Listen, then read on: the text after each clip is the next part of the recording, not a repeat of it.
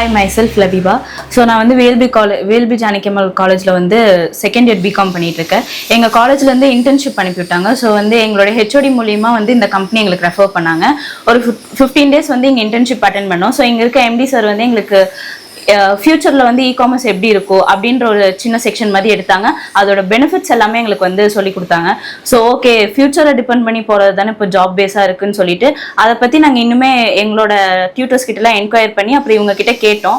அப்போ வந்து எங்களுக்கு ஒன் டே வந்து ஒரு செக்ஷன் மாதிரி அட்டென்ட் பண்ண சொன்னாங்க. நாங்களும் வந்து அட்டென்ட் பண்ணோம்.